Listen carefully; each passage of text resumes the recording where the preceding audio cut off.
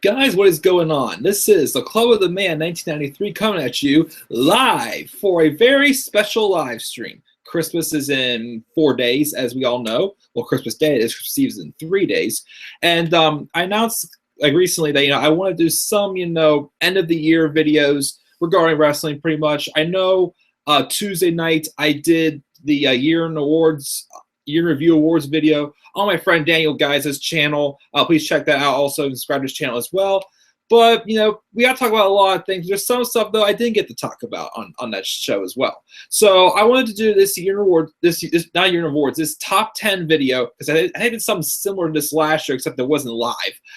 But I want to do this video, you're not on the live chat, even after you watch this video, feel free to leave some things as well. It's just like an open discussion, live stream, just to, hang out, have some fun, talk about, the best and the worst of wrestling. So in this video, I want to give you 2 lists. The first will be my top 10 least favorite things about WWE in 2017, and my top 10 favorites as well. We're going to start with the least favorites first, though, because to me, I want to end on a happy note. So we're going to talk about the things I enjoyed most about WWE in 2017 as well. So once again, if you're out there in a live chat, feel free to leave your list as well, or some of your favorite and least favorite things about WWE in 2017 in the live chat, or down in the comments as well if you're catching this video later.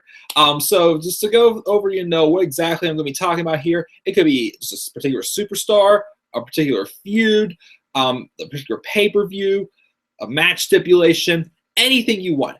WWE and NXT only, as we're going to focus there. So let's get rolling right here as we start off with, my first list, which again is the top 10 least favorites. Now, my list basically sees, let me see, what do I have here?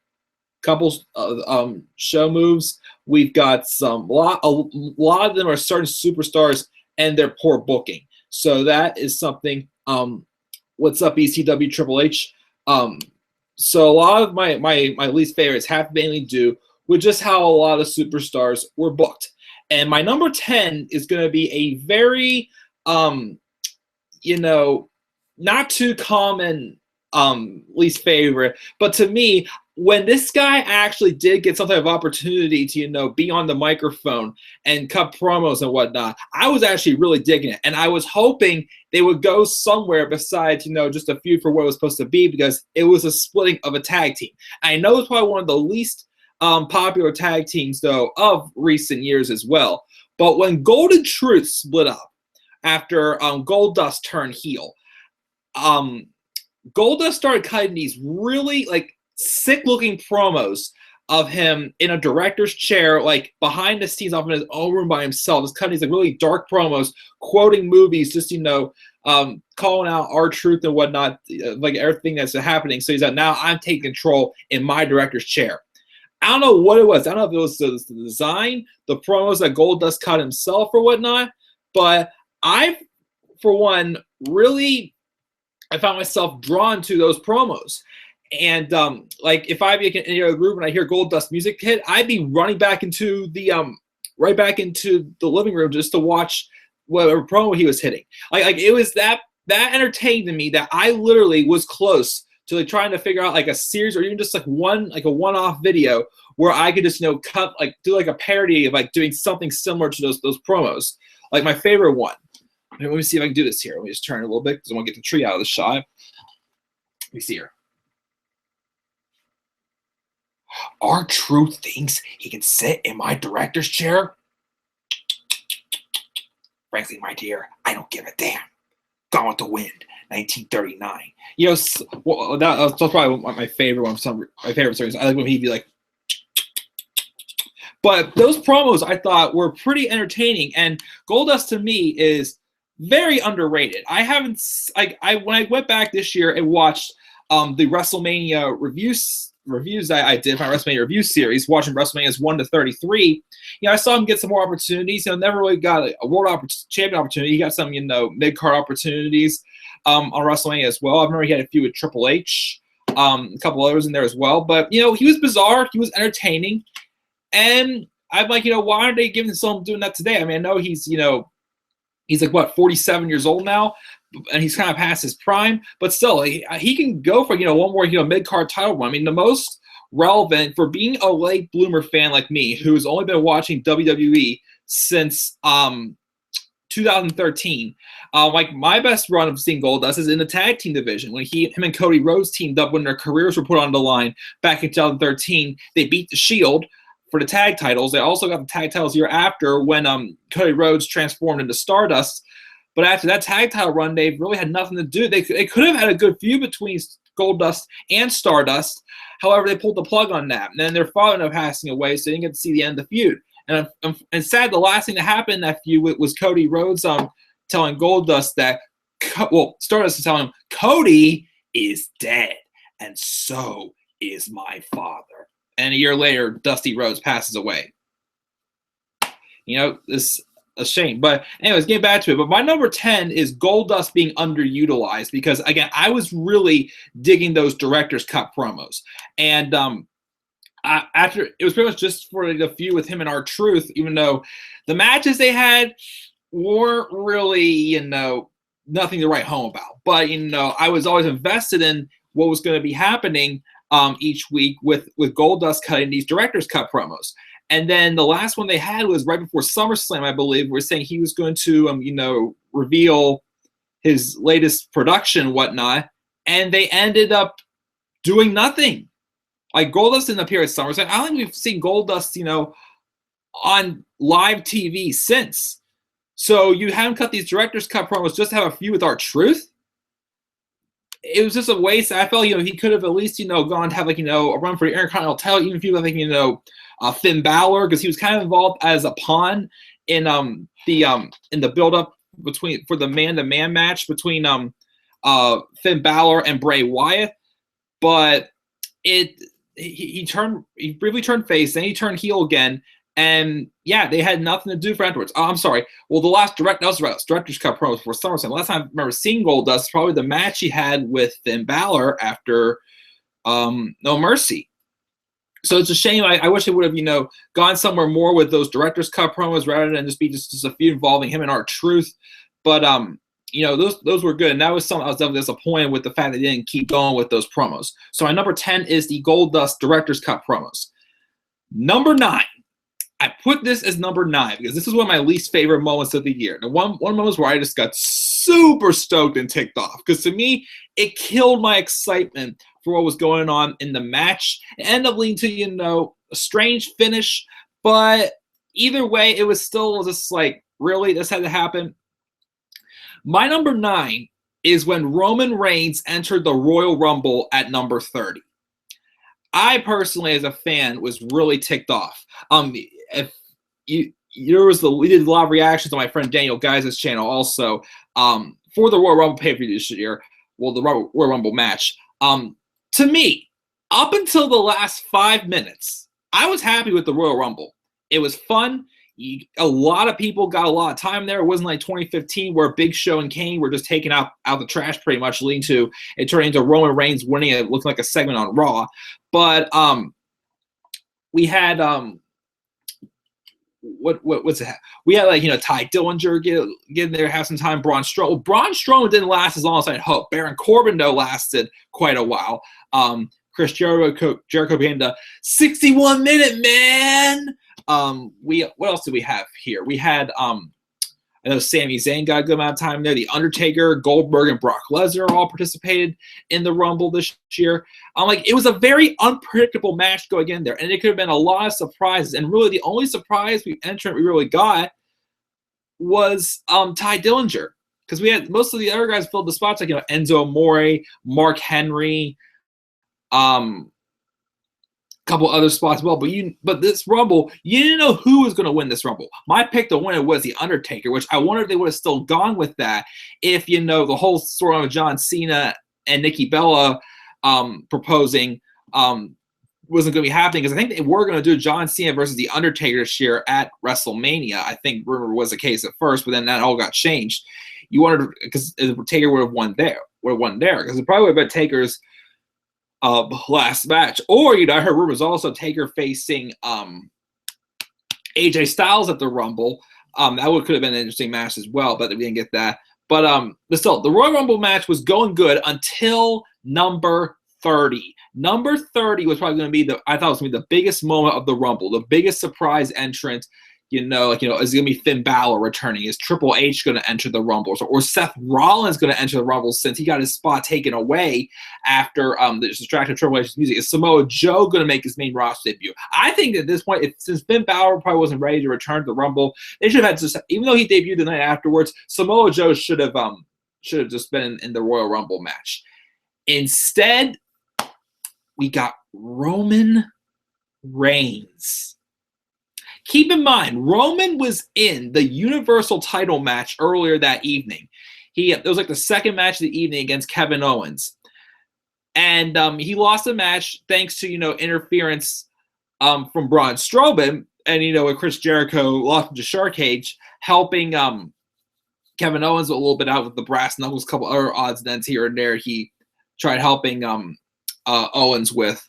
But then AJ Styles lost his title, but he wasn't in the Rumble either. But you're allowed to put Roman Reigns in there. I'm wearing a Shield shirt right now. I'll be honest. Again, when Roman Reigns is booked right, I have no issue with him at all. But Roman Reigns, since 2015, continues to be booked in these situations where it's Vince McMahon saying, screw you, or just trolling with us. And Roman Reigns entering at number 30 just killed all my excitement for that Rumble on the inside. Killed it all. I was, glad he didn't win it, but of course Randy Orton winning it, which we'll talk about him and that storyline shortly as well in this video. But that just killed my my excitement in the Rumble. I was just my reaction, I was just what? And then he goes on to eliminate Taker and a few others as well. Orton RKO'd him and eliminated him, but I just remember just how it let the air out of the tires. That was just one of the worst moves to be made. A Royal Rumble match that, again, was so unpredictable. You did not know who was going to win this match or who was going to be a surprise entrant. And then to cap it all off, the most exciting number of the night, the one you're expecting, somebody big, it has to be Roman Reigns, who was in the title match earlier on tonight. At that point, why was even the point of even trying to re-enter the Rumble? What was the story? Why didn't he come out earlier whenever, he was trying to get his revenge on Braun Strowman for costing him the Universal Championship? Because he was going to win the title until Braun Strowman came out. Unfortunately, though, that was not the case there. Again, my number 9 was Roman Reigns entering the Royal Rumble at number 30. Nobody in the live chat. That's fine. So let's move on now to my number 8. And actually, we just briefly talked about him, but we're going to talk about him now. I'm going to talk about this feud that started off in 2016. It went well. Started off, it was all right, but then had a little bit of a twist in it. It started to really pick up really good. And then starting at the Royal Rumble, got a little shady, was a little worried, but I'm like, you know what? They can still pull something off from this. And then right after this really excellent segment, the feud collapsed.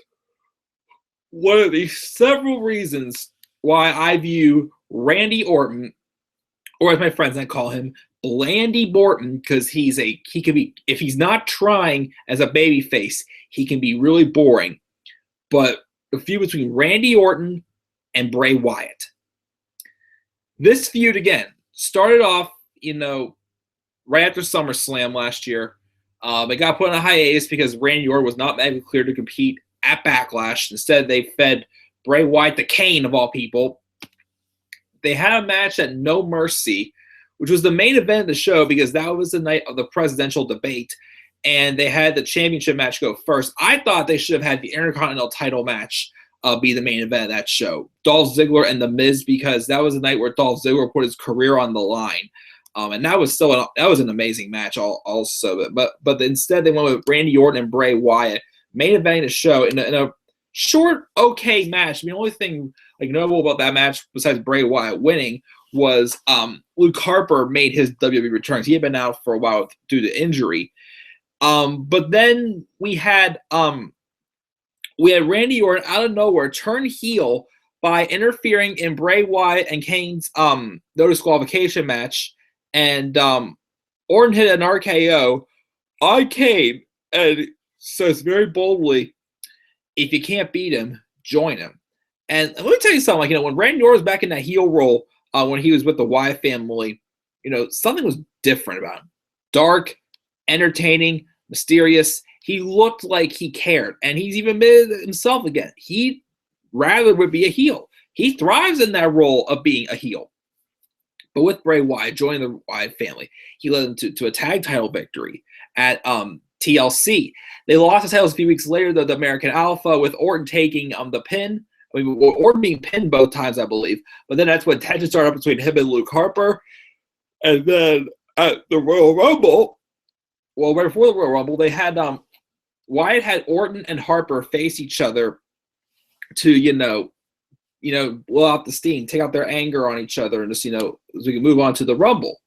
Well, then after Orton beat Harper in that match, Wyatt pretty much disowned him.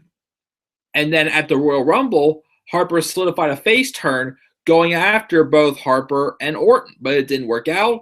Oh, and also I forgot to notice also, Orton and Wyatt were also the last two survivors for Team SmackDown in the Men's Survivor Series Tag Match 2016. But then we had Orton win the Rumble. The final three were Bray Wyatt, Roman Reigns, and Randy Orton. Bray Wyatt got eliminated by Reigns before Orton hit an RKO on Roman, and he tossed out Reigns to get the win. At first, it felt random. I mean, he had his feud the story between Orton and Wyatt didn't really feel like it was turning into like a main event feud or whatnot. But at first, I was happy with Orton winning because I was scared they were going to give it to Roman. But then I also was like, it's kind of random. It's like, is this just going to lead to Orton winning the title again at Mania? And whoever's then I remembered, oh crap, John Cena is the WWE champion now. What if they have Orton and Cena for the millionth time happen at WrestleMania? They did have a match though on the Go Home Show for Elimination pay-per-view, so Elimination Chamber pay-per-view. So I'm like, okay, maybe they're not going that route. My ear really maybe eardrum bursted or something. I don't know. But anyways, so then we had So then Bray Wyatt, in strong fashion, won the championship at the Elimination Chamber, taking out both AJ Styles and John Cena clean to win the title. And then Orton, Wyatt had defended it the next SmackDown against John Cena and AJ Styles in an amazing, amazing triple threat match. I love that match. It was awesome. And then after the match, Orton came down to the ring and said, as long as I'm the servant, you're the master with the championship, I refuse to face you at WrestleMania. Pretty much relinquishing the his Royal Rumble win. So I'm like, okay, this is getting strange. So then they had AJ Styles become the number one contender until Randy Orton was giving the keys to the kingdom in the Wyatt family compound. He had earned Bray Wyatt's trust, which that was Orton's plan all along. So then he burned down the Wyatt family compound, and that pretty much solidified Randy Orton turning on Bray Wyatt. Now, with this happening and knowing that Wyatt was going to win the title, the face, and Orton was eventually going to turn on him to face him at Mania, I thought, what if they pull off a double turn? And, I want to give credit to my friend Robbie Kenobi, but he had a solution for the Finn Balor and Bray Wyatt feud, saying how, should lead to, Wyatt, getting Finn Balor to embrace his inner demons. And we were going to he was hoping maybe you have like, Finn Balor become so dangerous, eating up, his demon persona and take over.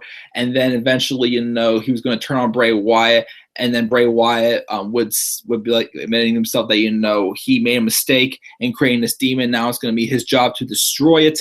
That was solidifying a double turn between Bray Wyatt and Finn Balor. They could have done something similar to that with this feud, Randy Orton and Bray Wyatt. Having, Bray Wyatt been, with taking Randy under my wing, he became this monster, and now he's destroyed my home. I made the mistake by trusting Randy. Now I'm going to I need to, prevent him from taking my championship. Or if it was the opposite way around and Bray Wyatt won the title, and Bray Wyatt won the Rumble and Orton won the title at Elimination Chamber, we could have gone that route. But it put a huge damper on the feud, because the match they had at WrestleMania between Orton and Wyatt sucked, other than the animal creatures on the mat. That was a neat effect, but it just didn't what's it called? The match just didn't, wasn't that great. It was boring. It was quick, but it was boring. And Orton won the title, and then then afterwards they would put Bray Wyatt on Raw.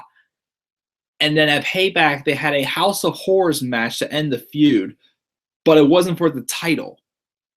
So, and then that match was, odd enough the way it was. It just led to, Jinder Mahal, who was about to start feuding with Randy Orton, helped him,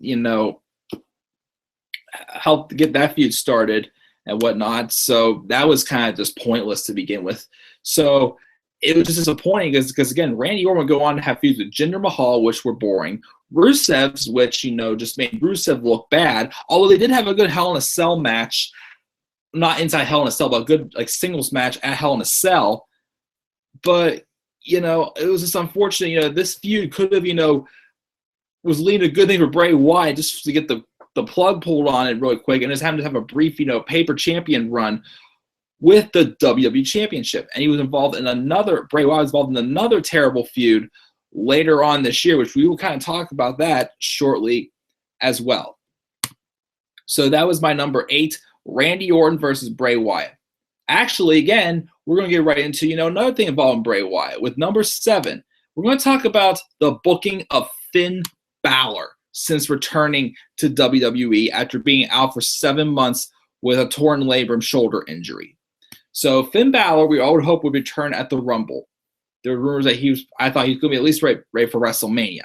They had nothing for him for WrestleMania, so they kept him off because they did have him wrestle on a few house shows. He finally returned the night after WrestleMania to replace Chris Jericho, who had been injured in a backstage attack, kayfabe, before the match. And we had he came out and he was Seth Rollins' tag partner in a main event match against Kevin Owens and Samoa Joe, which, straight enough, also, Seth Rollins was the person who, injured Balor's shoulder and put him out for action as long as he did. And I thought, okay, he's probably going to at least sometime this summer, maybe at SummerSlam, get his rematch. But then in the first few weeks, they had faced guys like Jinder Mahal, Kurt Hawkins, faced a bunch of low-card guys. He wasn't even on the Payback pay-per-view. He was on the pre-show on a segment of Miz TV, which, another thing about Balor is I was hoping he would at least get an Intercontinental title shot. He never got that. And then, let me see here, trying to think of it. Wasn't that Payback? Extreme Rules. Oh, Extreme Rules. I think the plan was to have Braun Strowman face Brock Lesnar at Great Balls of Fire. But Strowman had that minor elbow injury, so that pulled the plug on that. So I think that they probably would have done the ambulance match between Roman Reigns and Braun Strowman at Extreme Rules if Strowman didn't get hurt. So instead, they had that fatal 5-way match involving, I think it was Roman Reigns, Bray Wyatt, Samoa Joe, Finn Balor, and Seth Rollins. He got in that match, but he didn't win. Great Balls of Fire, I think he was not on the card. And then what kept teasing over the summer was a feud between him and Bray Wyatt. I think it was probably supposed to happen at Extreme Rules but then Braun Strowman got hurt. I don't know why they just didn't do that. Started at Great Balls of Fire because they randomly put Bray Wyatt in a really the matches they had weren't too bad, but a really weak storytelling feud with Seth Rollins. So we got like 2 matches there, and then they finally started the feud, but then they faced each other on the go home show for SummerSlam. Just normal Finn Balor versus Bray Wyatt. And then Bray Wyatt did beat Finn Balor clean, which I'm like, oh, okay, this is, quite interesting. And then he poured the the blood, or as they call it on TV, the acidic liquid on Finn Balor. And then he mentioned how, and Balor mentions later, he says, Bray Wyatt, may have demons, but I have demons of my own. So pretty much this just set up, their match at SummerSlam to be the Demon versus Bray Wyatt. So at first I'm like, okay, I kind of understand this, but the match at SummerSlam was, it was average, it was okay, but it wasn't that good. And then they were setting up for a third match. Like, okay, something big needs to happen for this match. It was man to man. That's what it was called. It was true. Bray Wyatt had never beaten Finn Balor man to man. He beat him with the Demon, but he was also trying to prove that the Demon was not going to make Finn Balor any different. Just the man you are, you can't beat me. Of course, the promos were the same and repetitive every single week. It was making Finn Balor look terrible on the mic. The average matches they were having, were making them not look too strong at all. And then they had this promo with Bray Wyatt, with Finn Balor trying to pull off a Bray Wyatt promo attention. It was obviously scripted, and he just pretty much said something like, so Bray, if the Demon is created by man, who is more dangerous? So then they had the man-to-man match. Of course, Finn Balor won, at least. Bray Wyatt continues to lose this, but that match is actually pretty good. I'll give that one. But then Bray Wyatt got sick before the next pay-per-view. And let me tell you something. It may have saved his career. Him being sick with the mumps may have saved his career. TN Coupon, what's up? He says Balor versus Bray third match should have been a Buried Alive or Inferno match. Yes, it should have been. But then it was set up for this fourth match, this pointless fourth match that was going to be, Bray Wyatt, not just the Demon. Finn Balor, not just dressed up as the Demon, but literally he looked like a pumpkin because of his colors. And then, they were going to be bringing out Bray Wyatt was going to be Sister Abigail. And it just, I remember at first, whenever, Bray Wyatt was telling me that Sister Abigail was coming, I'm like, oh, cool. Maybe they'll have, a woman or whatnot. And maybe she'll be haunting Bray so much that Bray Wyatt's going to be able to take control over Finn Balor over the haunting of him. But then they had Bray Wyatt turn into Sister Abigail, cut this really awkward looking promo. It's just getting so bad. It's like, what is the point of this feud going to a fourth match? What is the point? And then right before the pay-per-view, that's when, the mumps were going around and Bray Wyatt was one of them. So because that happened, instead, we had Finn Balor versus AJ Styles. And Balor won the match as he probably was going to be Sister Abigail anyways. But after that, they put Balor on Team Raw, and they booked him like crap ever since. He's facing the Miz Taraj now every week. And Vince McMahon claims that Finn Balor is not over enough. In my honest opinion, what they should have done, they should have had Finn Balor face Brock Lesnar at No Mercy, and then have Braun Strowman and Brock, just the two of them, go at the Rumble. Because with Brock Lesnar beating Braun the way he did at No Mercy in that main event, that was a big letdown. I really thought that it just made Brock Lesnar's matches look pointless. Because if Brock was able to make Braun look as, weak as he did in that match, how are we able to believe except about anybody else? And yes, Bray Wyatt and Drag on Raw. Do not remind me about that. But that's my number 7.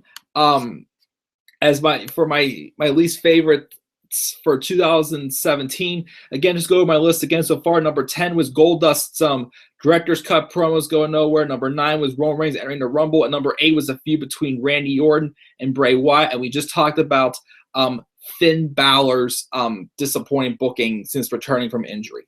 So those are my first 7. First 4. Let's go to number 6 on my list of least favorites. Number 6 is Baron Corbin's immediate burial. Now, I shouldn't really say burial because he's not completely buried, but he got a ton of momentum cut off of him just like that. Baron Corbin, at the beginning of the year, was like my guy that I'm like, he's probably the one I'm most excited to watch most this year.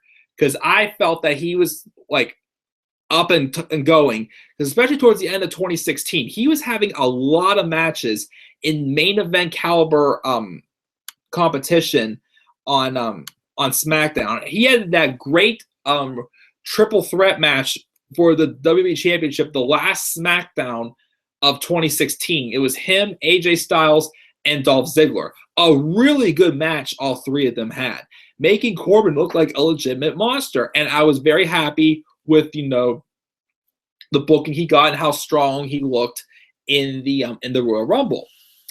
He then had a feud with Dean Ambrose that was, the bill was pretty good. But then I don't know if it's because Ambrose was going to Raw or because, they were originally supposed to put the SmackDown Women's Championship match on the pre-show.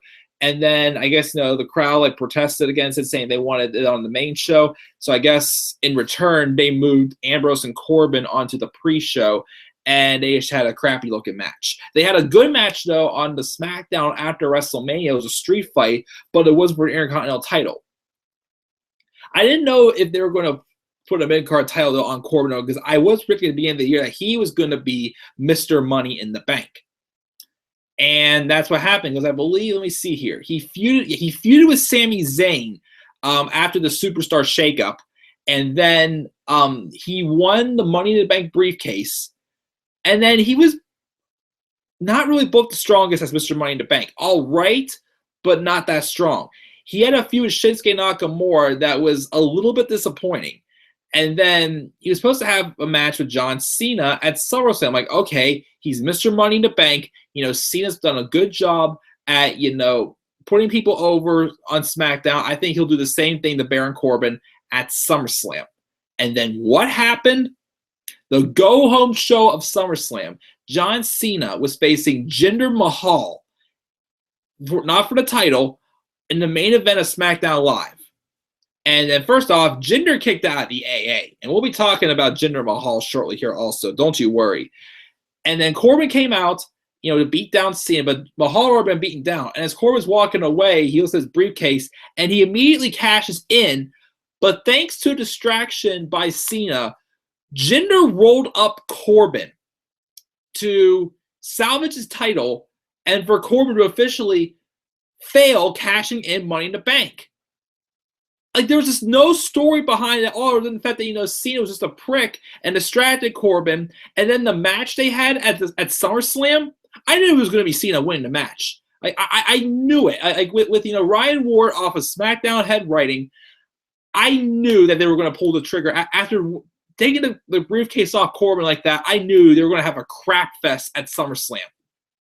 I was expecting Corbin to come out PO'd and just wanting to rip Cena to shreds, because that's how I felt after Corbin lost a briefcase like that also. Corbin just came out, just walked in there, was just all talk, just pretty much just, trashing Cena, but they put on a boring, atrocious, I wouldn't say atrocious, but just a bland SummerSlam match. Corbin didn't even look like he was trying to rip Cena to shreds at all. It looked like he was just accepting that, Cena pretty much just humiliated Corbin. And just a whole, this guy's not that good and whatnot. Just humor Cena has when he's just in his match is typical before, his U.S. title run 2015.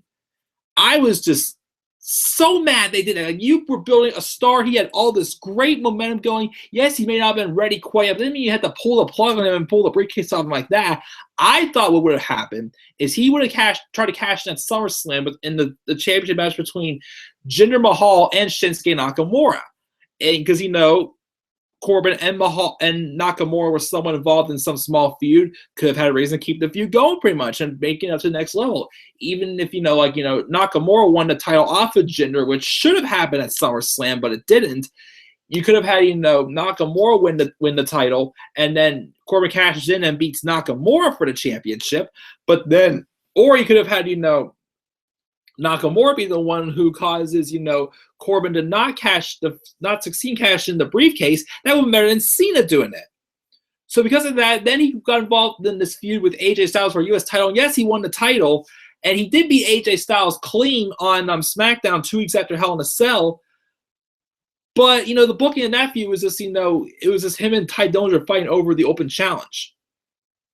And then as U.S. champion, it's all right, but all he did was face The Miz at Survivor Series, and then he just lost the title to Dolph Ziggler, which we don't know what's going on with him. Did he walk out, or why are they, just having him just, leave the title in there like he did like that? It was just weird. I want Corbin to attack Cena to begin the match at SummerSlam. Exactly. That's what exactly should have happened at SummerSlam. But no, it did not. So now I'm not sure where we're going to go with Baron Corbin. Is he going to get a rematch for the title, or with Dolph seemingly possibly walking out? Is this him and Bobby Roode going to face for the vacated title? I don't know, but I was hoping by the end of this year Corbin would have been ready to be a world champion. They should not pull the briefcase off him that quickly. I don't know what's going to happen. If Carmella's going to succeed or fail when she cashes it or not. So we'll see what happens. But that was my number 6 is Baron Corbin's sudden momentum being cut off. Now, in my top 5, let me see here. 3 of them have to do with a certain superstar's booking, and 2 of them do not. My number 5 is the storyline involving Jason Jordan being revealed as Kurt Angle's illegitimate son. Now, I like Jason Jordan. He's a great talent, a great wrestler, but it was obvious that he was not the person meant for the role being thrown in here. Let's start off first by saying American Alpha were being booked very poorly up on the main roster. And then all of a sudden, one day, Jason Jordan shows up to Raw being revealed as Kurt Angle's illegitimate son. And there had been some curiosity. People were very interested in seeing where this is going. It's like, there's a secret about Kurt Angle that if it is revealed, he could, be in big trouble. He loses his job. It could have a different effect on his life and whatnot. They made it seem like it was this big deal that could have, really, put a burden on him. And then they're finally going to, you finally announced he's going to be revealing it coming clean next week, as Corey Graves was talking him into doing it as well. But, and then, a lot of people were thinking, maybe he had an affair with somebody. Maybe he, I don't know. People thought maybe this was going to lead to Dixie Carter appearing in WWE since she's no longer working for TNA or GFW, whatever the heck it's called now. I never watched TNA, and I just don't even know. So he thought she was on her way. Maybe it could have been him and Stephanie doing something really behind her backs. Who knows? Now, some people have pitched the idea of an illegitimate son. And if it was that case, it was going to be, people were thinking it should have been Chad Gable, because what made sense, he has an Olympic background. He's a good talent, But then when he announces it, and he reveals that Jason Jordan is actually his son because of a woman that he, had a one-night stand with or whatever back in college. And when he came out, it's just like, Jason Jordan, why? Like, there was nothing there that to compare Jason Jordan and Kurt Angle were together. There was no story that them being just, father and son like. It was one of those things that felt like, the momentum's right there. We were like so invested, like, oh, what's this thing? Like, I'm concerned about Kurt, what's going on? He reveals he has a son, Jason Jordan, who, we know him as American Alpha, but why? Like, why did they throw him into this role? And it just continued to show that Jason Jordan wasn't really ready yet for a singles career. He could wrestle, but he has no character. And it's leading to the crowd to hate on him. Well, not him in general, him as the character. So lately, they have been trying to tease in a little bit more of a heel turn for Jason Jordan, thinking he can just go to Kurt and just beg, just get everything he wants out of his dad by saying, "Oh, Dad, I know I lost, but I held my ground here." And recently, Kurt's been laying down the law. He had no choice but to let Triple H replace Jason in the Survivor Series match. He is not giving him. He didn't give him another Intercontinental title shot against Roman Reigns. He did not. Also, he's making Jason work to get the what's it called now? To get the opportunity to face Samoa Joe as well. So it's been teasing more of that heel turn. And then TN Couponer says, I thought Dixie Carter would have come out on Raw and said he wrestled in TNA. Interesting. Could have been also that he wrestled in TNA also behind the back a few times in WWE or whatnot, like on house shows or whatever, or just something like that. Just because this him wrestling in TNA, it's like, so whatever. I mean, even though it is kind of like a rival thing, whatnot. But yeah, just like the whole revealing the storyline was disappointing, and it just led to a downfall for Jason. And it's a shame because Jason Jordan, again, he can wrestle. Yes, he's right. He did hang in with the likes of John Cena and Roman Reigns, and Kane. Don't really count that. Don't really count Braun Strowman match either. He had a good match with Finn Balor earlier this year. I remember. I'm trying to think. I know he wants to face Triple H, but I think eventually, sometime in 2018, we will see Jason Jordan and Kurt Angle have a match with each other. It could be at WrestleMania. It could be at SummerSlam. Not sure, but we'll see what happens. But that was my number 5, the revealing of Jason Jordan as Kurt Angle's son. Number 4, this person in the year review video I did on Dan's channel the other night, this person was my least improved wrestler of the year. The story of this person from where they were in NXT to where they are now is just absolutely sad. Bayley was built up as a strong underdog wrestler, this fangirl who everybody can like, but she works hard and she always does what she has to do to win the championship. As far as even going, whenever she feuded with Asuka for her rematch, she knew she had to prepare more mentally, and she was like, trying to play somewhat, mind games, like, make Asuka feel a little bit intimidated by her, or show Asuka that she's not intimidated by her, pretty much. They brought her up to the main roster and put her on Raw. During a time, where the superstar, the draft just happened, and it was obvious one of the big holes there was that some of the divisions, like the tag team divisions and the women's division, didn't have much depth in there. Especially the Raw women's division for a while just had like no depth in it. It was always about either Charlotte, Sasha, or Bayley, and maybe Nia. Although, again, I gotta give credit to how good the feud between Sasha and Charlotte was. Despite going on too long, I really wanted to, I was really invested in how this feud was bringing back women's wrestling and getting rid of the whole divas concept as well. But then they booked Bayley like crap. She had a feud with Dana Brooke with that arm wrestling challenge. I do like how she was the one who got the winning pin for Team Raw at Survivor Series to show, hey, I can do this. So far, the booking of Bayley have been all right. But then this year came. She had a good match at the Royal Rumble, but she did not win the championship. She won the title on Raw 2 weeks later. But the thing was Sasha Banks helped her win the match. And I thought, maybe this could be the seeds plan for the Sasha Banks heel turn. I am shocked shocked. And I don't know if it was the bad booking or the injury that Bayley had suffered later this year, but I am shocked to my mind that Sasha Banks did not turn heel this year. I am really surprised that did not happen. My theory was, because I made a video about it earlier this year, was that Sasha Banks was, setting up to, crush Bayley's WrestleMania moment. Because Bayley beat Charlotte, again, with some help from Sasha Banks, making her continue to look weak because Bayley kept losing all her matches as champion, almost all of them. Bayley broke Charlotte's pay-per-view win streak for championship shots at Fastlane, and it just didn't feel special when it happened.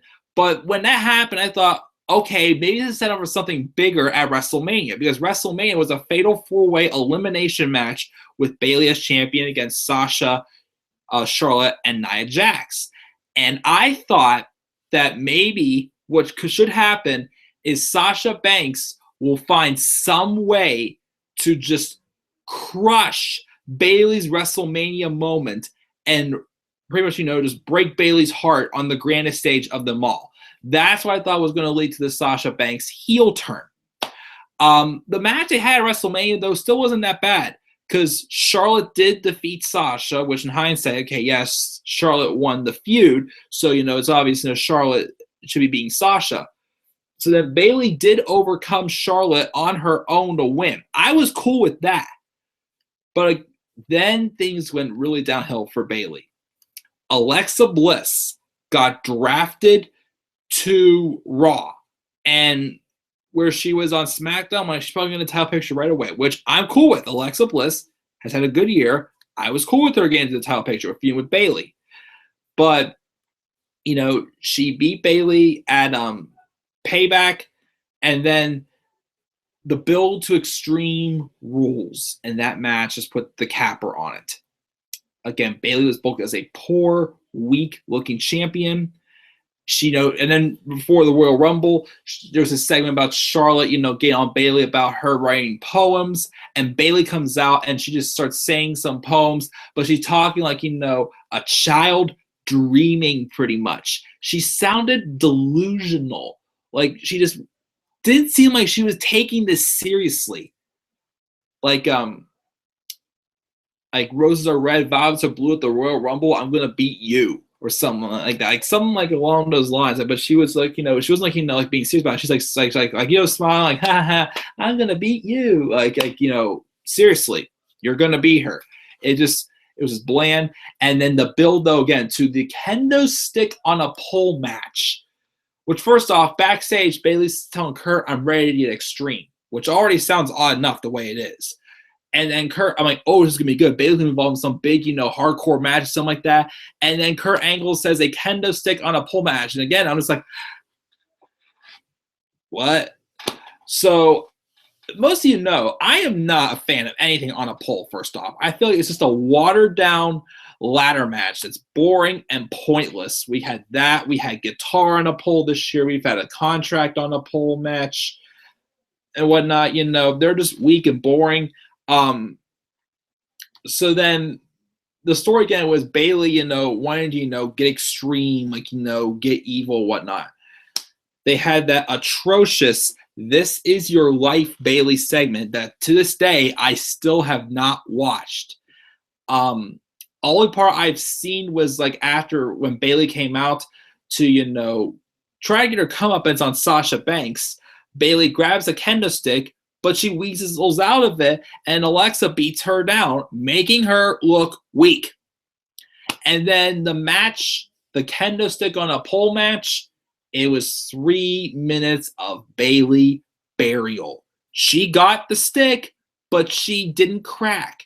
And then Alexa just took advantage and destroyed her. That's where I think Bayley just almost pretty much hit rock bottom.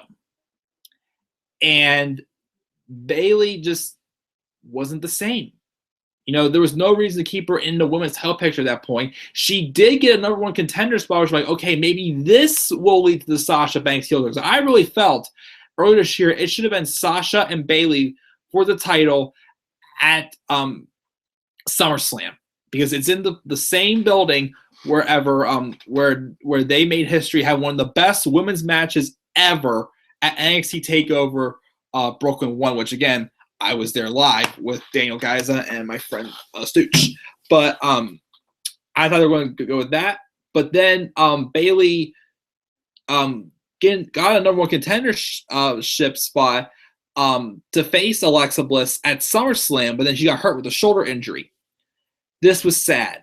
Bayley came out to address her injury, saying she had to relinquish her number one contendership, and she was booed. Booed. I know it was pretty much, not Bayley herself getting booed, but the character itself, was for what it was, got booed because she continues to be booked like a delusional-looking child who literally can't take anything seriously. She's in the back there, in her interview, she's like talking, she's like, yeah, I am dreaming about this. I am dreaming about becoming champion, whatnot. She doesn't sound motivated. She doesn't sound serious. She sounds doing something like a fantasy world all the time. And it's made Bayley go from, one of the top stars in the company to, I don't even know what now. Garbage, pretty much. She's done a little bit better since returning from her injury. For the most part, I do look forward to see what she does in the Rumble, but I just hope 2018 is a lot better year for Bayley. They get her back on track, build her back up, have her be more serious, shows our character is more serious about what they're doing, and Bayley can recover. But this is going to be a tough hill to recover from. Let me see here in the live chat. The curse of NXT call-ups to the main roster, pretty much. This is your life, Bayley. Hashtag enough said. Still haven't watched it. Will not go back and watch it. Sad that WWE let Bayley get booed. Yes, indeed, it is very sad. But that was my number 4. Bayley's poor booking. So now let's move on to number 3. And this is going to be quite an interesting one, because I'm going to be talking about this, I don't know. But we're going to be talking about a division. A certain division that I had really high hopes for after the brand split. Feeling that this division was going to make the 3rd hour of Raw worth it. And that did not happen at all. This turned into a classic tournament. Well, went from a classic tournament into the low card division, pretty much. Especially when you're champion right now, despite being awesome on the microphone, he's not a true cruiserweight, and the WWE hates him in general backstage. And I'm talking about 205 Live. 205 Live. It made the list back in the summer whenever it was around Battleground. Whenever Vince McMahon woke up one day and decided to cancel Talking Smack as a weekly show, and just happened after SmackDown specific pay-per-views. The cruiserweights, toned down, no direction, no storytelling. They're only limited to the cruiserweight division. They can't, fight anybody else other than, having Jack Gallagher appear in a Rumble. We just had a day with Tommy making his main roster debut, but he's going to 205 Live. Austin Aries came up to the main rosters on 205 Live, had a good feud with Neville. But then afterwards, I think he was dealing with some nagging injuries, but they had no plans to take him out of that cruiserweight division. Once you're in that cruiserweight division, your career is pretty much over for the most part.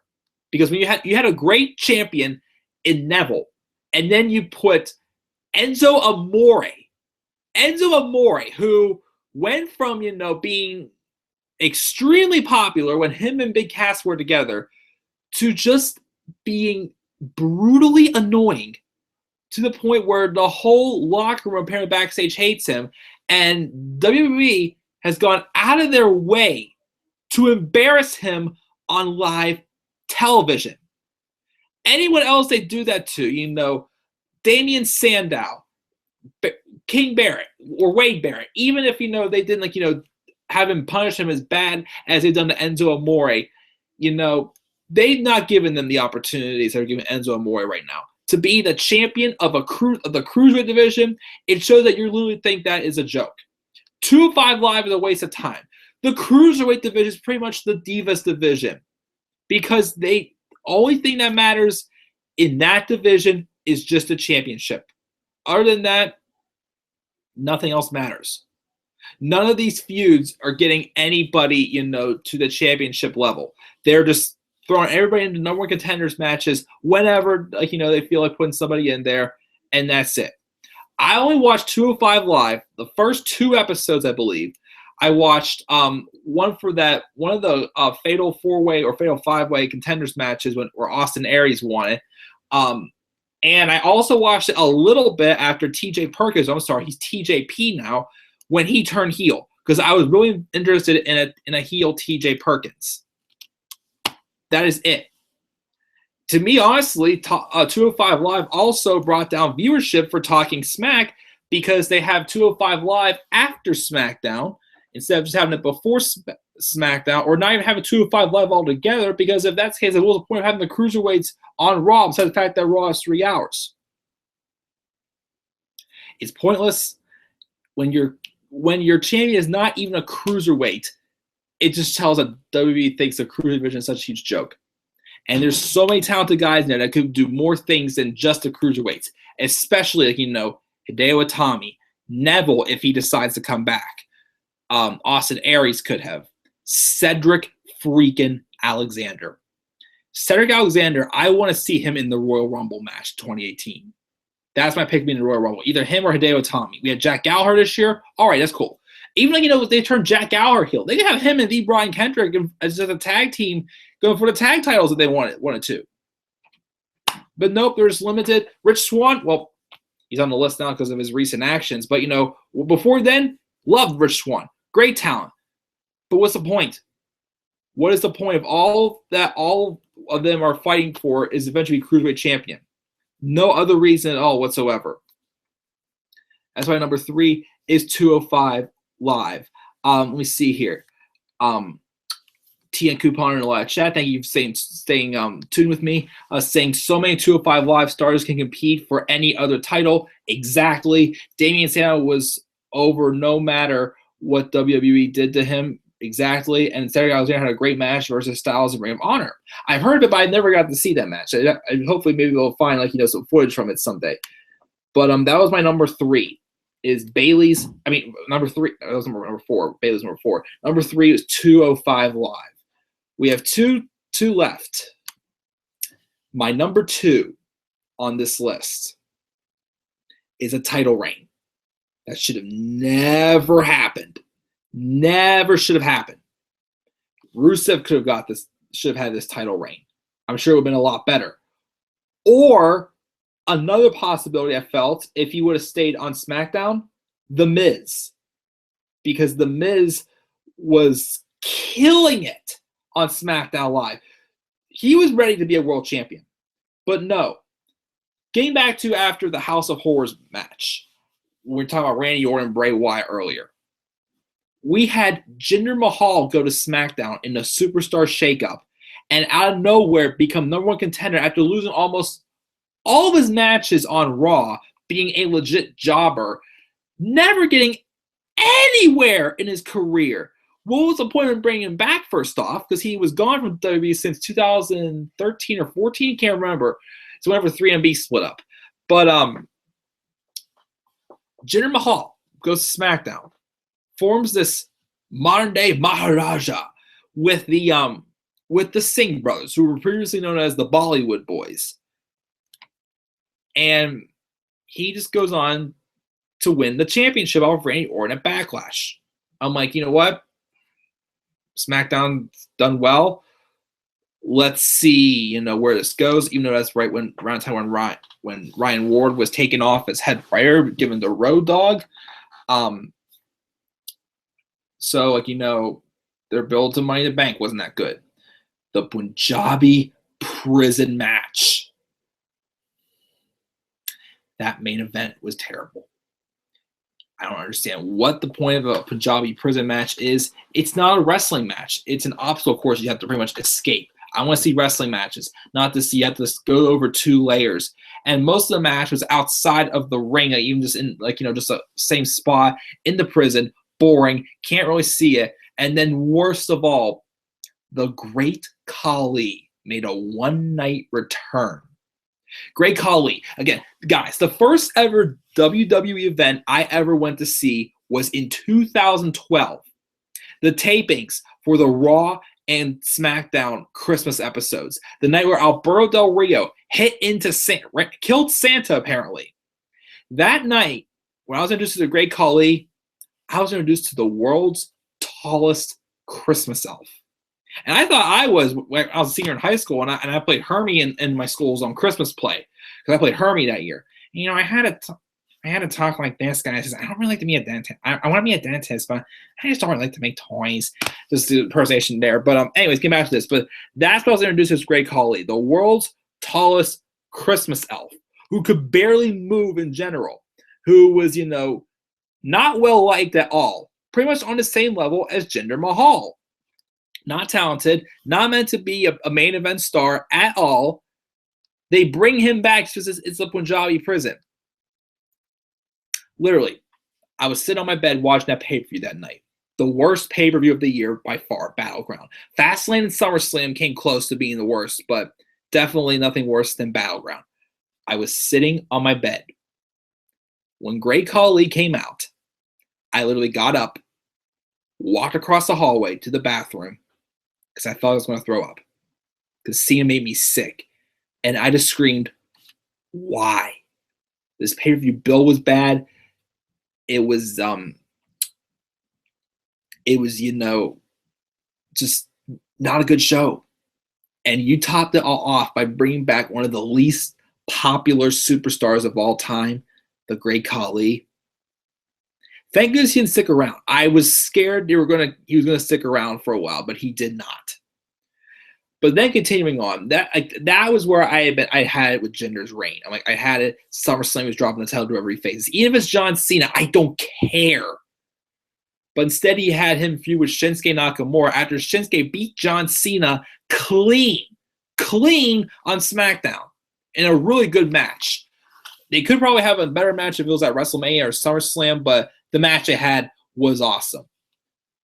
And then Jinder Mahal ends up beating Shinsuke Nakamura not once, but twice, and cutting those terrible promos about Shinsuke Nakamura's facial expressions.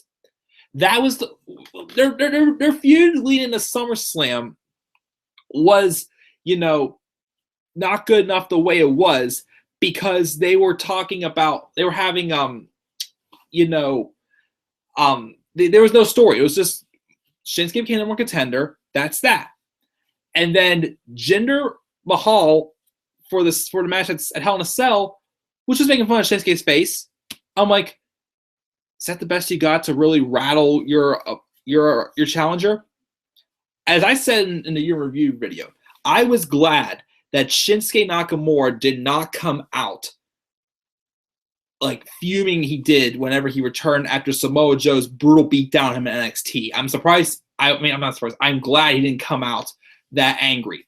He just said, well, sticks and stones may break my bones, but words will never hurt me. So, yeah, it made Shinsuke Nakamura look terrible, losing to Mahal the 2 ways he did. And then they finally pulled the plug on him by losing to AJ Styles and got to tap out. But what a nightmare. It's going to lead to my number one topic, but just everything that was one of the biggest reasons why SmackDown had this big downfall this year, because of that title reign. Just to have the India audience grow attention. First off, Jinder in real life is not Indian, he's Canadian. The character is from India, but it didn't work. It was not realistic at all. How do you go from, just losing all your matches, all of a sudden winning all of a sudden with the Singh brothers' help? I mean, in some ways, it makes sense. If you can't win by yourself, just have, the Singh brothers have help all the time. True, but still, it gets old after a while and nobody cares. That's my number two, Jinder Mahal's nightmare of a title reign. Let me see here. We had The Miz and Bray should have stayed on SmackDown. I agree. And also happy that we didn't get Khali versus Orton at SummerSlam. Thank goodness. I'm going to try to hurry and round out the first list at least because, I've already been up here for like about an hour already. But number one on my list of least favorites is the downfall of SmackDown.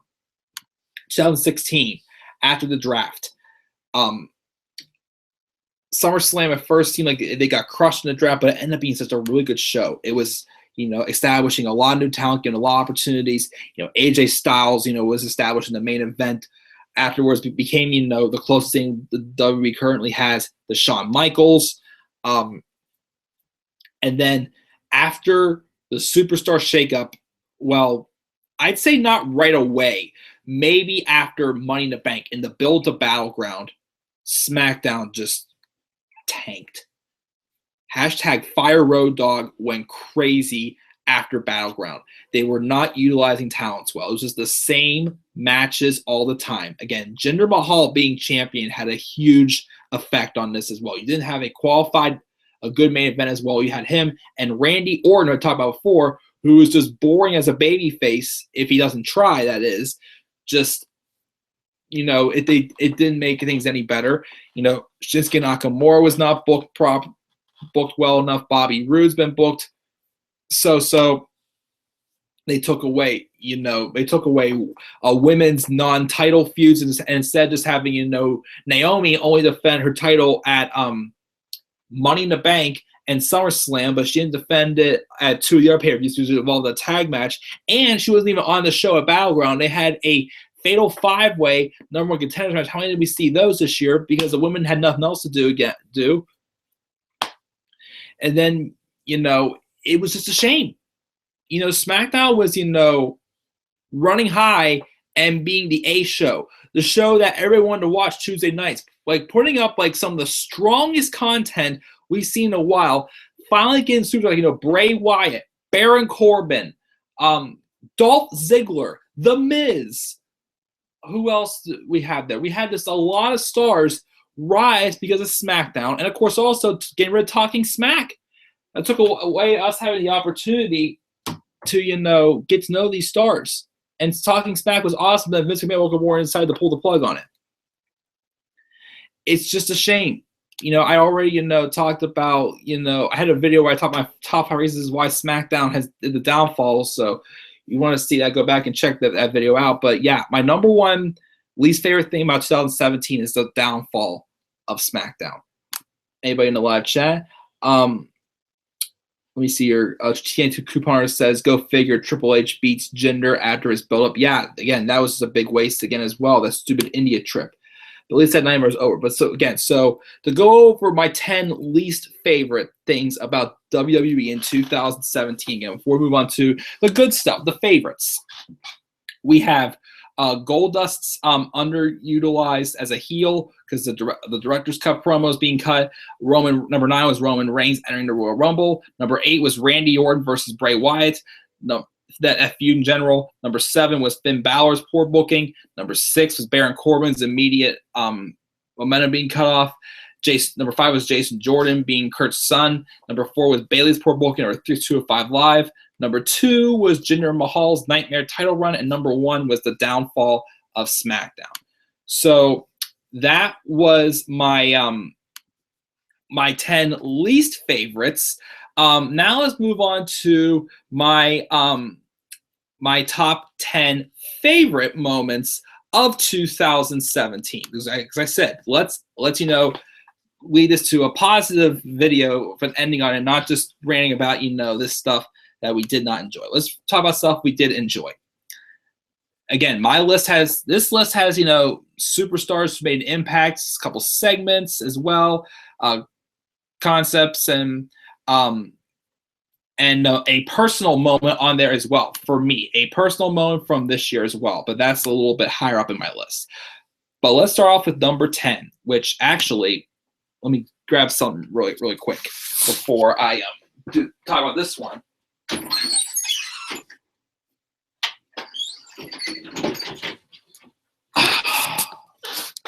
Number 10 involves this man, Aleister Black. Can you see this? Yes. Aleister Black is probably my newest top favorite star.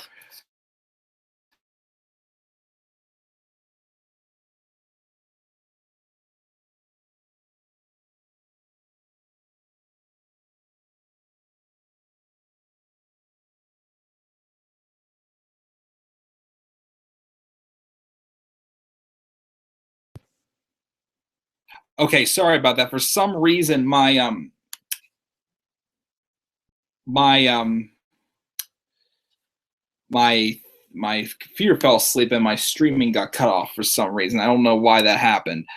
So hopefully you guys are still here. If things are working out all right here.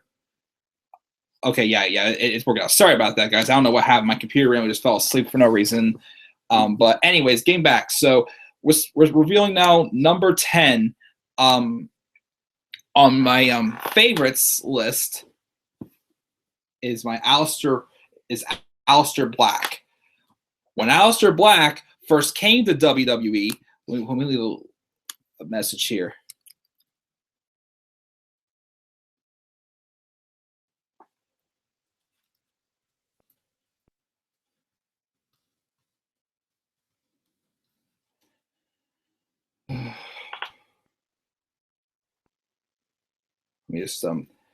Let me give this message to TN Couponer here on Twitter really quick.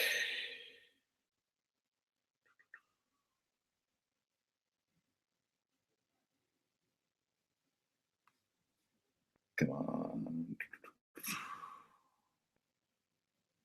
Come on. Come on.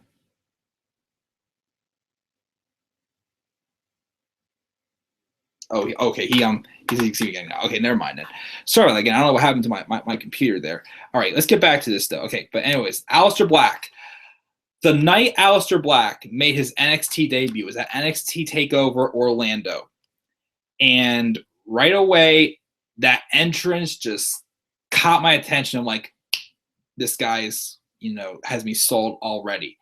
He even had his great grand entrance of at NXT. His best entrance was when he had his match at NXT Takeover Brooklyn 3 with Code Orange playing his song through the smoke and around the candles, the way he rose there. Aleister Black has this very interesting character that just really appeals to me, and I definitely see him being an NXT champion someday. Not yet though, as I predicted in my Takeover Philly card that it will be Johnny Gargano win the championship off of Tommaso Ciampa, off of Tommaso Ciampa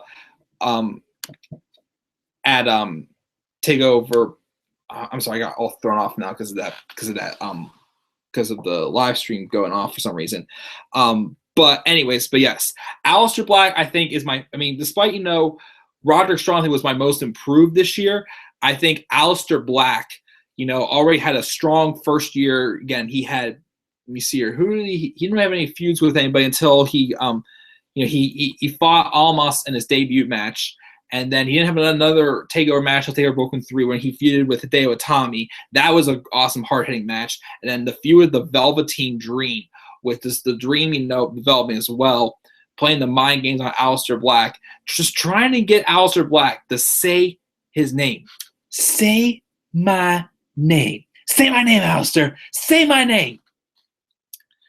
He finally did after he beat him at Takeover War Games in an awesome, awesome match when he says, "Welcome to infamy, Velveteen Dream." Very interested to see what comes to store for him in 2018. I'd say at least by the middle or the end of 2018, Aleister Black will be the NXT champion.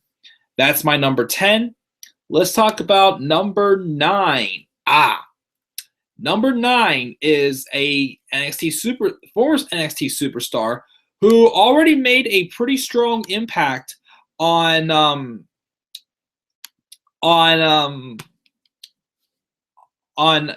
main roster, right? Despite his opportunities being limited, and that's Samoa Joe. I talked about him earlier, saying how I was disappointed that Samoa Joe didn't make his main roster debut at thanks for the tweet, TN Couponer, by the way. Samoa Joe did not make his main roster debut at the Royal Rumble. I really thought he would, be a surprise entrant in the Rumbles, make his debut there, but it didn't happen.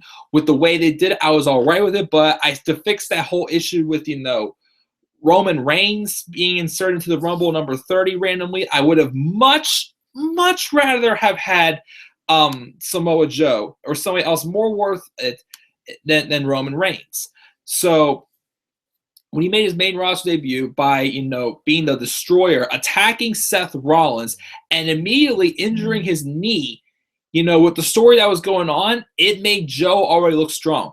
Him and Rollins should have had a match at Fastlane, but that wasn't the case. He did have a good match, a good opening match to Fastlane, though, with Sami Zayn to get his momentum going. I was disappointed they didn't have any plans for him for WrestleMania, so he was kind of, let off the card. But they looked like they were starting some type of alliance with him and Kevin Owens until Kevin Owens got moved to SmackDown. I was hoping they would have started something like stable, like some newer evolution, like like Kevin Owens, Samoa Joe, and I don't know, somebody. I'm trying to think of who else could have joined that stable, a 3-man, or even just Triple H. Remember, Triple H is not a full-time wrestler. Shoot.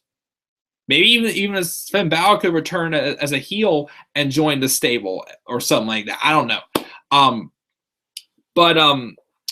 But Samoa Joe, the opportunities he's still gotten though out there. He won the Fatal 5-Way at Extreme Rules. He has won. He had a strong build to the match with Brock Lesnar. He was literally because he was the first guy that I gave hope that, okay, WWE does not always book cowardly heels, because he literally said, I'm not afraid of Brock Lesnar. And he went out there and was trying to choke out Brock Lesnar to the Coquina Clutch. He went out there, because Joe's the guy, he'll go out there, he'll sound all calm. It's like, everything's all right. Everything's all right. All of a sudden, boom, he's good. He's got you. That's what happened when one of my favorite segments of the year, probably in my top 3, I'd say, was the segment where he put Paul Heyman in the Coquina Clutch. He just has Paul in the corner. He's like, hey, listen, Paul, I need you to tell your clients something very importantly and whatnot. And it just led to Samoa Joe just, firing on all cylinders, just trying, make everybody just terrified and intimidated of him, to the fact that he got Paul Heyman to choke out to the Coquina Clutch. And he went on to, have a strong looking 6-minute match against Brock. Kind of disappointed he lost to one F5 the way he did. But, it was still a strong showing. He had another strong showing in the Fatal 4-Way at SummerSlam. But then he got injured. I wonder if he didn't get injured, would they have had him and Cena face off at No Mercy, or was the plan all along supposed to be Cena and Roman? So I was hoping it would have saved Cena and Roman for WrestleMania, but now I'm hoping Samoa Joe faces John Cena at WrestleMania. But we'll see what happens there. I also want to see him have a feud with Braun Strowman. I think those two could have a really good feud as well. If Joe does not face Cena at WrestleMania, maybe it could be Joe and Strowman for your I'll tell even at at Elimination Chamber, I'm sure they're going to have Strowman and Joe involved in some type of match that's going to involve the Universal title, whether it's a number one contenders match or for the Universal title himself. But we'll see what happens with that. But despite the limited opportunities, Samoa Joe's main roster momentum so far is my number 9. Now, my number 8 actually involves another division on the in WWE. It's not the tag title division, it's not the heavyweight division, not the cruiserweight division, not the women's division, the United Kingdom division. They have put on some really good matches. An example would be last night at an NXT. The main event, which they didn't get this good of a reaction or the appreciation as they should have gotten, but Tyler Bate and Pete Dunne, or I wanted to do this in my NXT review last night, but I was rushing it done, so it was like 2 a.m. when I did the review because my TV was being crappy on me last night. But you have Tyler Bate, Mr. waving his hand, to Pete Dunne the Bruiserweight. I need to do my Pete Dunne impersonation.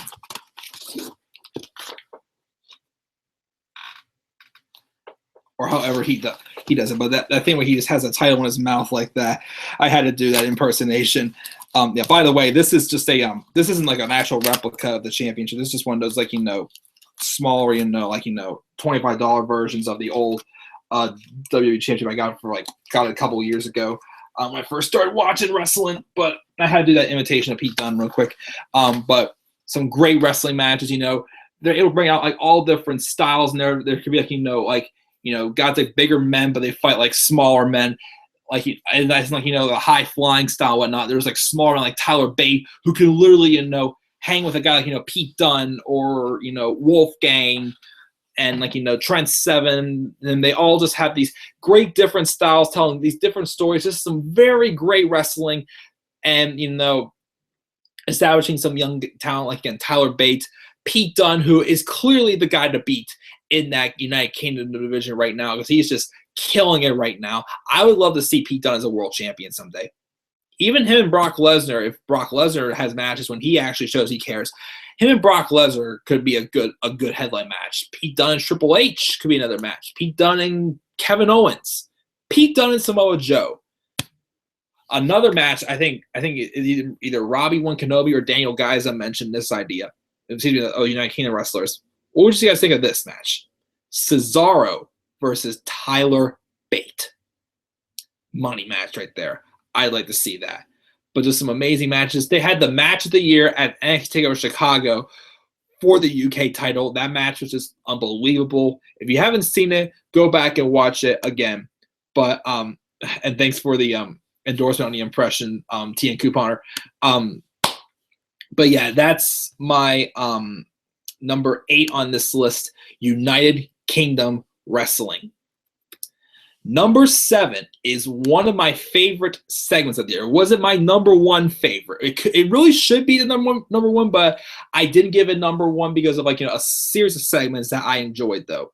But my number 7 is a segment that took place on the February 13th, 2017 episode of Raw, the Festival of Friendship. I'm sorry, as Chris Jericho would say, the Festival of Friendship. That segment was just entertaining as heck. People may remember, the alliance between Kevin Owens and Chris Jericho or Jericho, or they could call him Team Chris and Kevin or whatever. Y2K. I first never called him like Y2KO or something like that. I don't know. I felt like that could have like rung a bell also. But they forget, despite, constantly facing Roman and Seth all the time, which got very old, they were entertaining as heck together. You just loved it when it was just the two of them together. It was just, friendship that, you really fell for, and you knew when it broke up, you would really feel it. And this Festival of Friendship was a long 20-minute segment, but they had like all this in there. They had Kevin Owens coming in there as a Universal Champion, and he's just like, what the heck is this? I'm like, this is really all it is. Really all this. And then Jericho's like all energetic and is going all out for his friend. He got him like the art of Jericho, I reckon it was, sculpted in, man. I think when it's like, just two of them twined around each other. And then my favorite was the creation of Kevin, that weird looking painting of the two of them reaching for each other. And Jericho's like, oh, Kevin, you can take and put it into your house. And Owens is like, I can put this in my house. I got kids.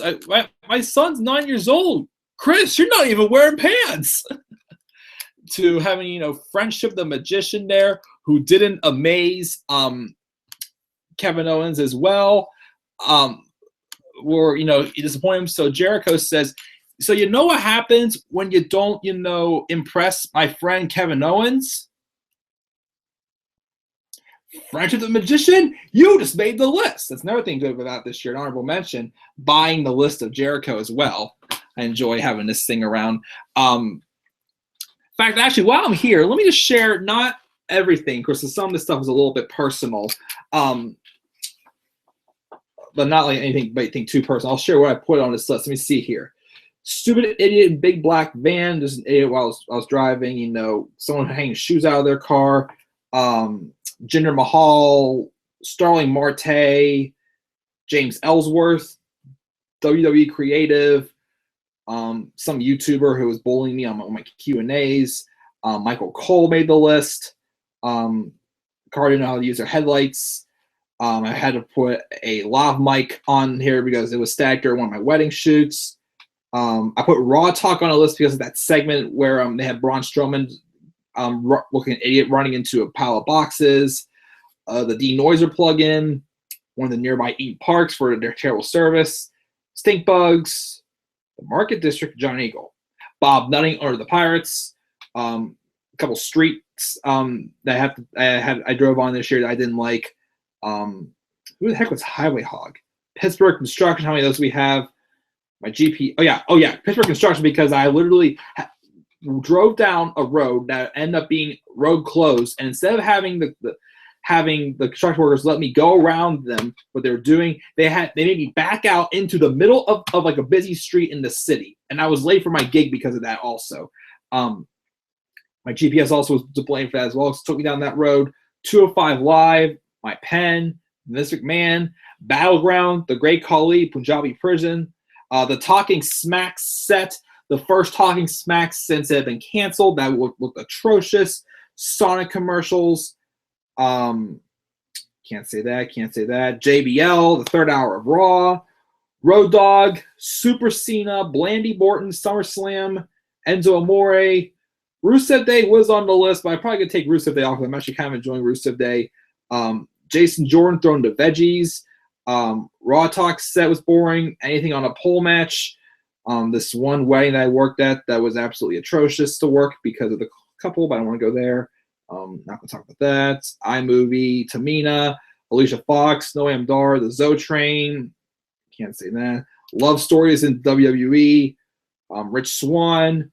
The JBL hat that I found recently because it was caused me it was something was on top of my headphones, couldn't find them.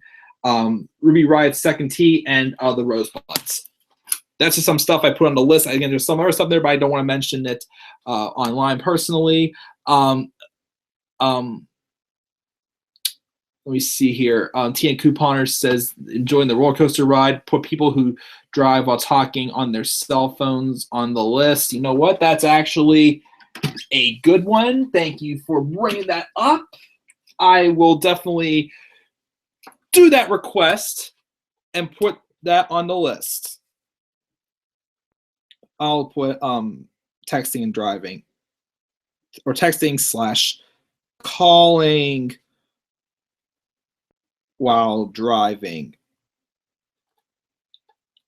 because you cannot do that. That is a good point. Thank you for bringing that one up, TN Couponer. But yes, getting back to the Festival of Friendship, though, again, it's just it all led to, it was all like, you know, and even went out of his way to bring back Goldberg as well. Gilbert, to, you know, just for you know, Jericho to show what exactly we're going to do to Goldberg at Fastlane, saying that he has his back. It led to, you know, Kevin Owens, you know, giving Chris a gift as well, which was the list of KO, and that turn, you know, it was just, again, an emotional ride. You know, you were happy, you were sad, you were shocked, you were expecting something, you were surprised and whatnot. Just a crazy segment, well done by two of the best entertainers in the business today. That's the Festival of Friendship. That was number 7. Number 6 is actually, you know, what I made my pick as for the top, like the best segment of the year. And this is a group of segments. The feud between John Cena and Nikki Bella and The Miz and Maurice, It Couple against It Couple, whatever it was. What made that segment and that feud entertained, despite the fact just led to Cena and Nikki proposing at WrestleMania, which, again, for what it was still good. Happy for them. But the total Bella's bullshit lost footage was incredible. That was The Miz on the mic as his best, taking all the shots. Him and Maurice taking all the shots at Nikki and Cena, just making fun of their life. How they're married. They're not. But they have all this and they don't. Even though they're a lot more successful than them. John Cena has all of his house rules. Nikki, I love you. Rule number 11 of John Cena's house: we do not talk about puppy love, or whatever the heck he said.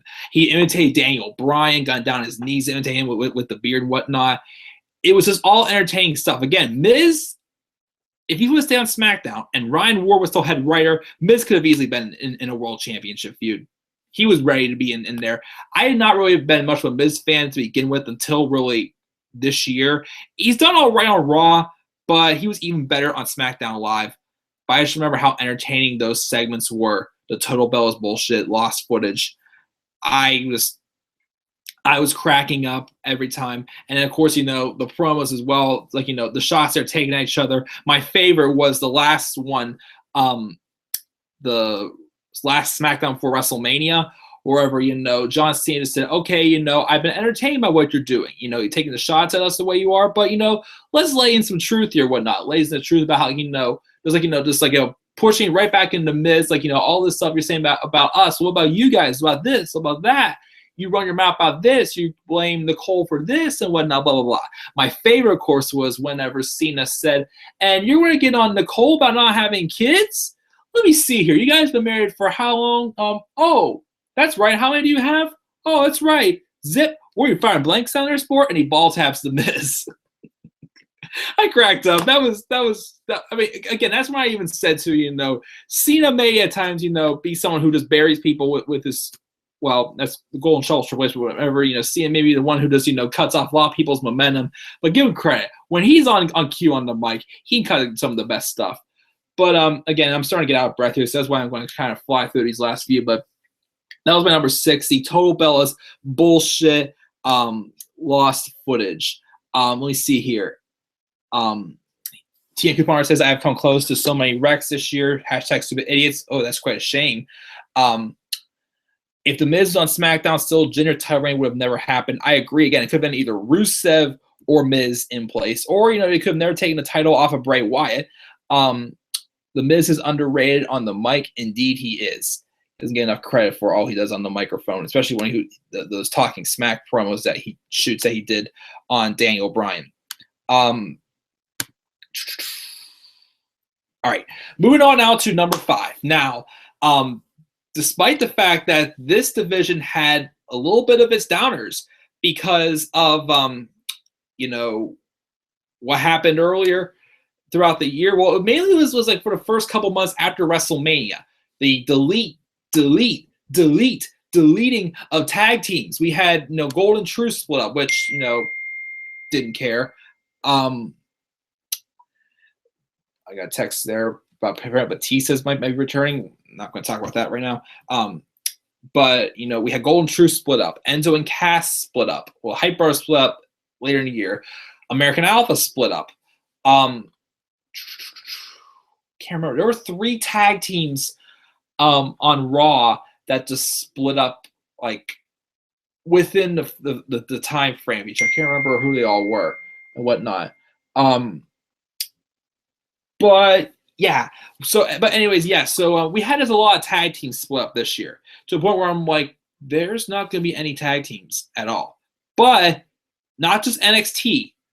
Some on Raw with one particular feud on Raw. But on SmackDown especially. SmackDown, which the tag team division was that was one of the only things I didn't like about SmackDown before the Superstar shakeup, was that the tag team division felt very pointless on SmackDown. But my goodness, we saw some really great tag matches this year with, AOP and DIY, the triple threat elimination match at TakeOver Orlando, adding the Revival in there. The Revival, could have been involved in some pretty good tag matches this year, but unfortunately, they each had their own separate injuries. Scott Dawson and Dash Wilder each had their own injuries. Like first it was Dawson, then first it was Wilder, then it was Dawson. Then it just sucked for them. But we still had DIY until they did their split. Sanity as well. Undisputed Era came in and had the War Games match. That was awesome. On the main roster though, Raw, by far, the best feud. Well, we had two good feuds, actually, for the Raw tag titles. The Hardy Boys and Cesaro and Sheamus. Well, their match at Payback was good. Extreme Rules, just weird with the rules of that steel cage match. You had to have both opponents out, but they had to be out at the same time. Jeff Hardy or Matt Hardy, whichever one got out first, was out, but he had to go back in, and then the other one came out, but the one who was out before stayed in there. So the rules were just weird in that. But the Iron Man match they had at Great Balls of Fire, awesome.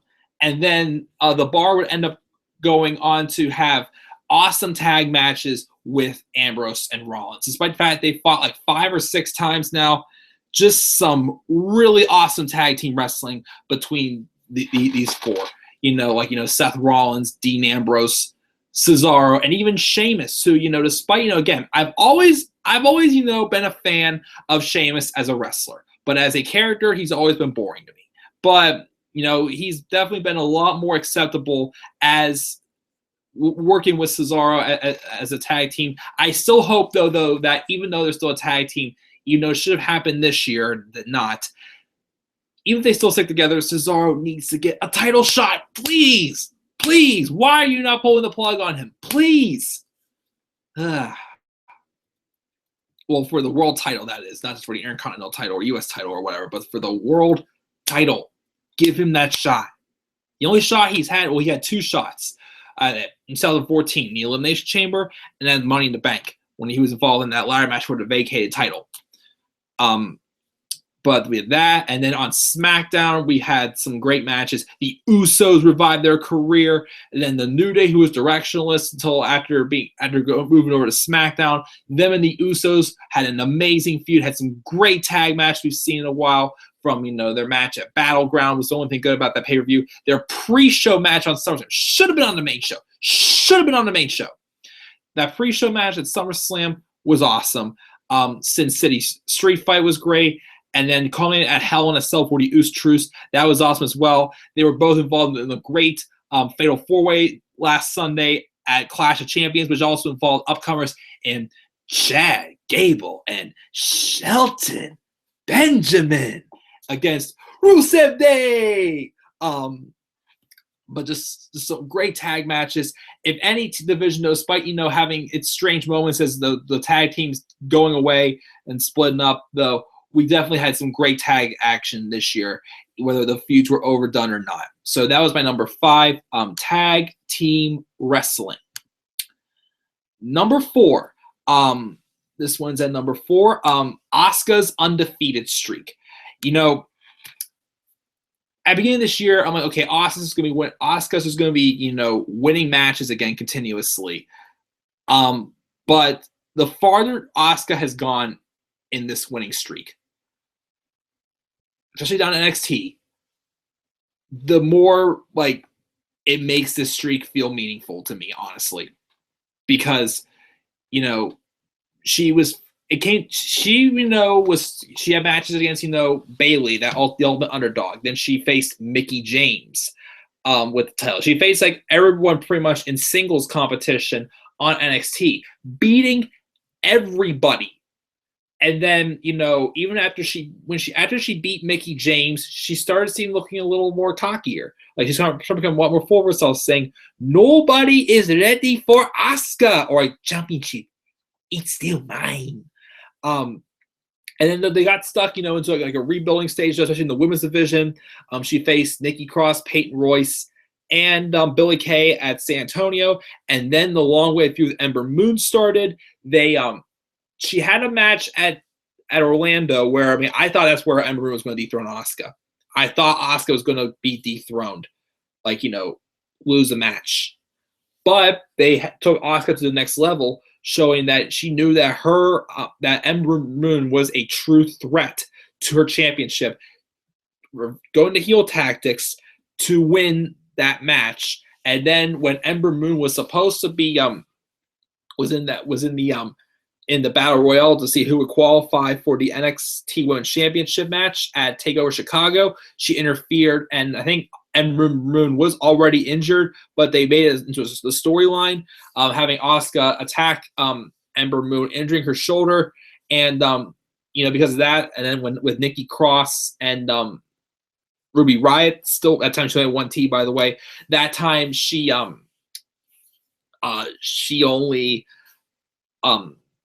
she was going to face the three of them instead. I mean, just a triple threat match between Nikki Cross and Ruby Riott at Chicago, which that match was good. And then she had a couple singles matches with Nikki Cross, including an amazing last woman standing match to the next big takeover of the year, Takeover Brooklyn 3, which I feel like that pay-per-view review in general is starting to become like NXT's biggest pay-per-view of the year, honestly, because that's the pay-per-view that's happened constantly in the same spot.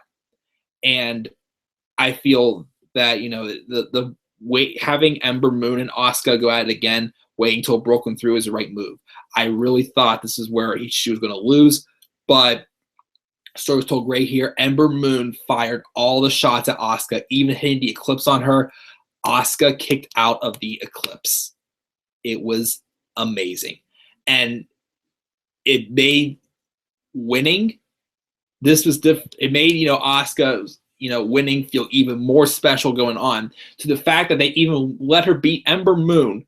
Solid match, strong, showing that Asuka didn't beat her easily and whatnot, to where they had Asuka relinquish the championship to move on to the main roster. Asuka is going to be undefeated on NXT. You can't take that away from her. Her run on the main roster so far has been all right. She's been winning and winning and winning. Not feeling like it as strong yet, but it's getting there. She was the sole survivor at Survivor Series for Team Raw. I'm hoping she'll win the Raw Women's Championship this year after winning the first ever Women's Royal Rumble off Paige at WrestleMania. Well, the title should win off Paige probably. And yeah, whenever that first loss happens for Asuka, it better mean something. And TN Couponer says in the live chat here that you could build Asuka versus Ember Moon for WrestleMania 35 for the women's title. Sure. I'm all for that. That would be awesome.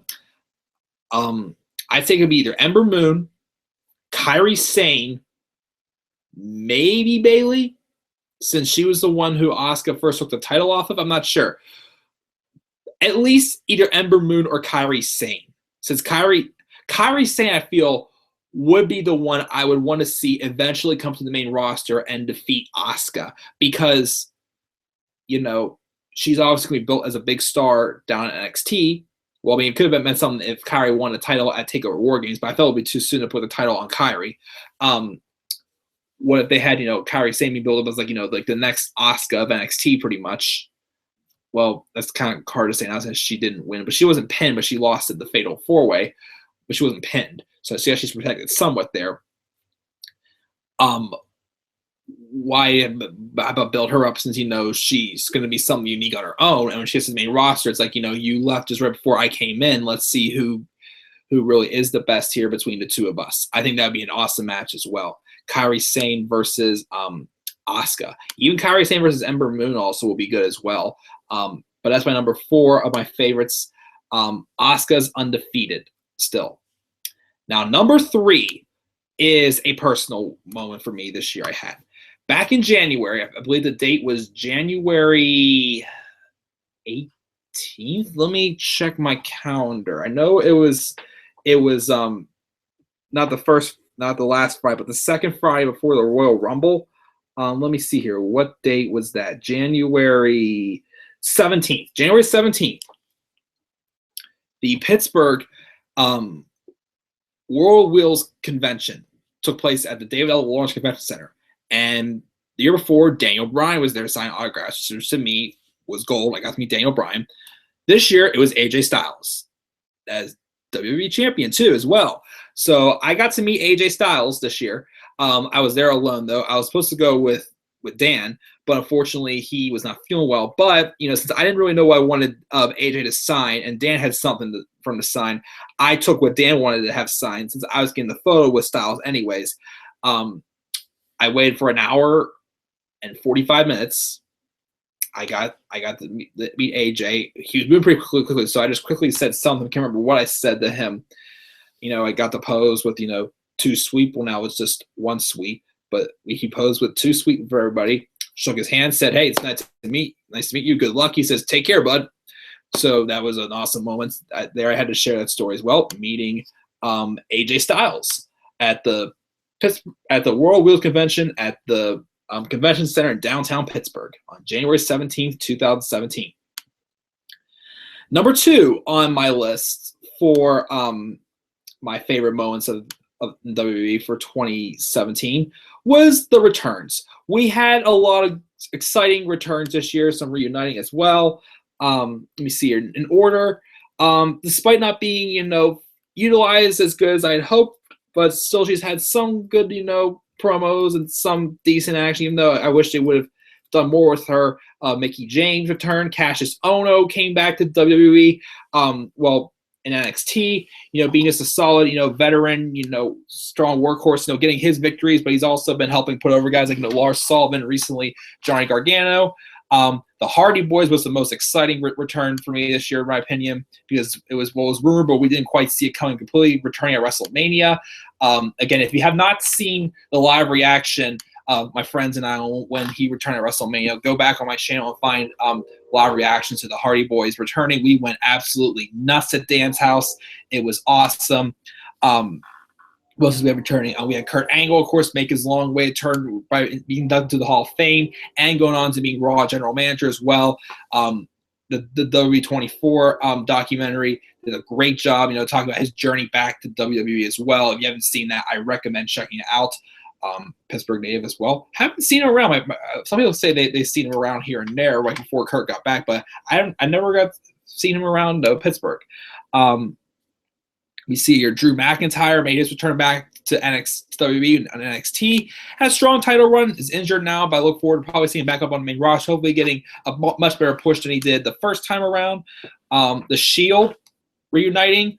To me, they're one of my favorite ones who returned this year. The last return I could think of. Oh, actually, also I forgot to mention this too. Shelton Benjamin made his return to the WWE also, and he's been doing great things in the tag team division as well. But I'd say one of my top favorite returns of the year, my favorite is still with that about the Hardy Boys, but I'd say a strong second or third, because there's Kurt Angle there also, would have to be Paige. Just everything Paige has been going through the past year and a half, the heat she got in WWE with her relationship with Del Rio, even though it's ridiculous to, get on her about this, but the whole sex scandal, it's what she does outside of work. What can you really do about it? But the sex scandal, the thing with her and Del Rio at the airport, it was just obviously, things were not looking good for Paige. And I still thought that she was not going to come back. I really felt that she was going to, go somewhere else when she was healthy again. It was until things cooled off between her and WWE, because she got 2 suspensions last year. A 30 and a 60-day suspension. I really didn't think she was coming back. But when she returned the night after Survivor Series, I didn't get to see the show live because I was visiting some friends that night. But when she returned, the pop she got, and what she's doing right now with Absolution, the story makes sense. But I'm glad to see her back. She's happy. She's healthy. I was worried with how bad things were looking. I was really worried that one day I'd wake up to the Lord saying Paige had been killed. It's the last thing I wanted to see. She may make some bad choices outside of WWE, but she was still an awesome talent. She's only a year older than me, and I would want to see her continue the successful career that she was building towards. But I was just glad to see her make her return again the night after Survivor Series. Paige's return. But my number 2 for my favorite things of the year was Paige's return. Not Paige's, but all the returns we got this year. And number 1, of course, you want new stars being built. We had a new star being built in Braun Strowman. Now, Strowman, we all know, debuted the night after SummerSlam 2015, which again, if I didn't have, school that week, I would have maybe stayed in Brooklyn to see Raw that night with my friends that year, since I went to SummerSlam and NXT TakeOver Brooklyn won that year. But the night after was when Braun Strowman debuted as the black sheep of the Wyatt family. And he wasn't really that appealing to me. He was a big man, but it's like, why care? He's not really entertaining. He's slow moving. He was just, stiff as a board. And I was not invested in seeing him and The Undertaker go at WrestleMania 32, as it had been rumored at some point. But then after the draft, when the brand split returned, they surprisingly threw a curveball as to put Braun on Raw and the rest of the Wyatt family on SmackDown. Debuted a new theme song, new hairdo, new look. I'm like, looks kind of interesting. Kept watching and like, he is building up. I feel I'm actually quite invested in him. He's a lot more agile. He's not as like slow moving. I'm just see where this goes. I got worried that moment was gonna get cut off because he lost to Roman Reigns at Fastlane clean, even though it was a really good match. And then he was dumped out of the Andre the Giant Memorial Battle Royal by everybody in the match, pretty much, which that was disappointing to see. Well, Braun not win the Rumble. I felt he should have won it. Mojo winning it, all right, but it didn't really lead to anything for him. But then after WrestleMania, Braun Strowman just went off.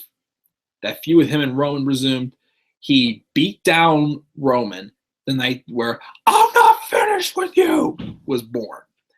He kept coming back, beating down Roman inside the ambulance. He threw Roman off the backstage, wherever it was, on the stretcher. He then went also and lifted the ambulance onto its side. And I'm just sitting there with my jaw dropped, just like, he beat Roman clean in the main event of Payback, despite the fact I wasn't happy with the fact that they had him go on. They had that segment before Raw Talk afterwards where they made Braun look like an idiot trying to run into Roman and break off the door and then knock down all those boxes. That looked kind of stupid. And yes, as Tia Couponer says, Braun is so fast and quick for his size. Definitely is. He showed it all there. And then the ambulance match was awesome. He survived the almost killing of him in the ambulance because of Roman Reigns crashing him into the semi. He had a great showing in the Fatal 4-Way at SummerSlam. Disappointingly, he didn't look too good in the match against Brock at No Mercy, but he recovered well. They turned him babyface. Now he's feuding with Kane. And now he's getting another Universal title shot at the Royal Rumble, which Kane's probably going to eat the pin there.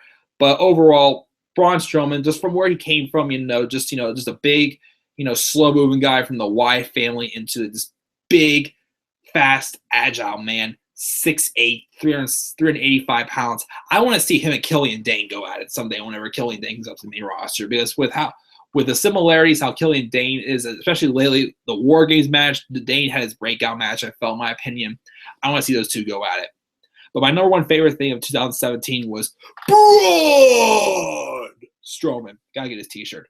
But yeah, that is it, guys. While I'm going over my list, since you're in the live chat, Tia Couponer, if you have any, of your favorite or least favorite moments that you had from 2017, if you want to share them quickly as well, so that way I can, get my thoughts on them as well if I remember them. Leave them down in the live chat as well, or even if you're watching this video after it is posted, if you want to, leave some of your favorite moments, your least favorite moments down in the comment section as well. Feel free to also. But let me go over my list again. For least favorite moments, number 10 was the Goldust Director's Cut promos going nowhere. Number 9 was Roman Reigns entering the Royal Rumble. Number 30. Number 8 was the Randy Orton and Bray Wyatt feud. Number 7 was Finn Balor's poor booking. Number 6 was Baron Corbin's momentum getting cut off immediately. Number 5 was Jason Jordan being Kurt Angle's son. Number 4 was Bayley's poor booking. Number 3 was 205 Live. Number 2 was Jinder Mahal's title run. And number 1 was SmackDown's downfall. For favorites, we have Aleister Black as number 10, making his debut and his rise in NXT. Number 9 is Samoa Joe's momentum on the main roster. Number 8 is United Kingdom Wrestling. Number 7 is the Festival of Friendship. Number 6 is the Total Bellas Bullshit Lost Footage. Number 5 was Tag Team Wrestling. Number 4 was Asuka's Still Undefeated. Number 3, the night I got to meet AJ Styles. Number 2 is Returns. And number 1 is Braun Strowman. So, me see it live chat. TN Coupon said, I think you said it all, Mike. All right, cool.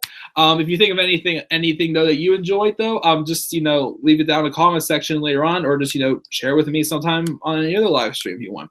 But yeah, thank you, TN Couponer, and for anybody else who peeked at this live stream. I know I went on for about 2 hours here, but I had fun. This is something I wanted to do, just talk about some of my favorite and least favorites and WWE stuff that I didn't really get to mention in the Year in Review Awards video on Daniel Guys' channel. Please slap a like on the video, or even comment hashtag I watched it all, because this is about 2 hours. This is probably gonna be this is probably gonna be my last live stream before the holidays.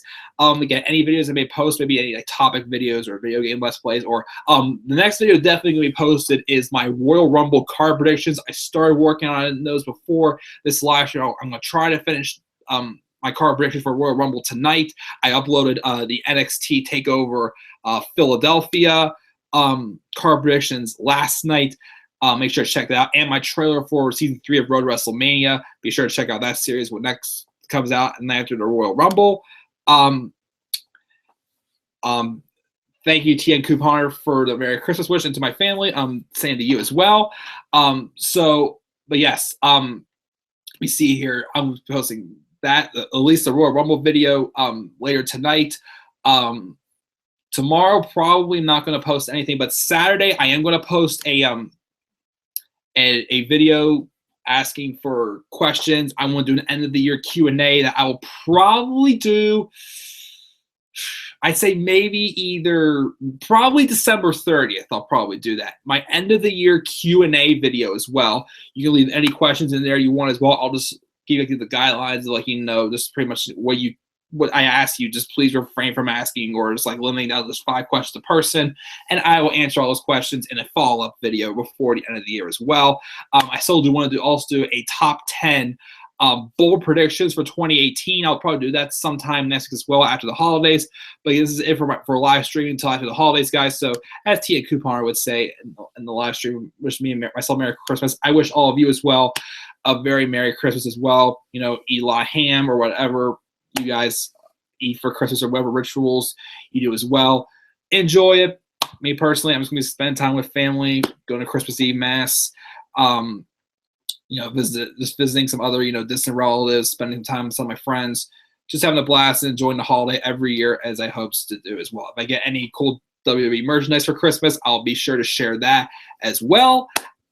But yes, thank you again for, those of you who watch this video. Please be sure to click that like and subscribe button for more content to come on this channel. Follow me on Twitter at DemandAirborne93, and just stay tuned for whatever comes next on my channel. And I'm not going to watch Raw on Monday night. I will catch the highlights though, and I may just post a review just based on the highlights of what we got on Raw. Maybe I'll watch SmackDown Tuesday night. I'm not sure. Again, I just have a lot of things planned for the holidays. Again, if anything, I'll probably just do a review based off of the highlights. Reviews based off of the highlights I saw for the stuff next week. But yeah, and make sure to also check out my Q&A video whenever I post that on Saturday as well. So again, thank you all for watching. And since this is the last time I will be live, I shall say Merry Christmas to all, and to all a good night.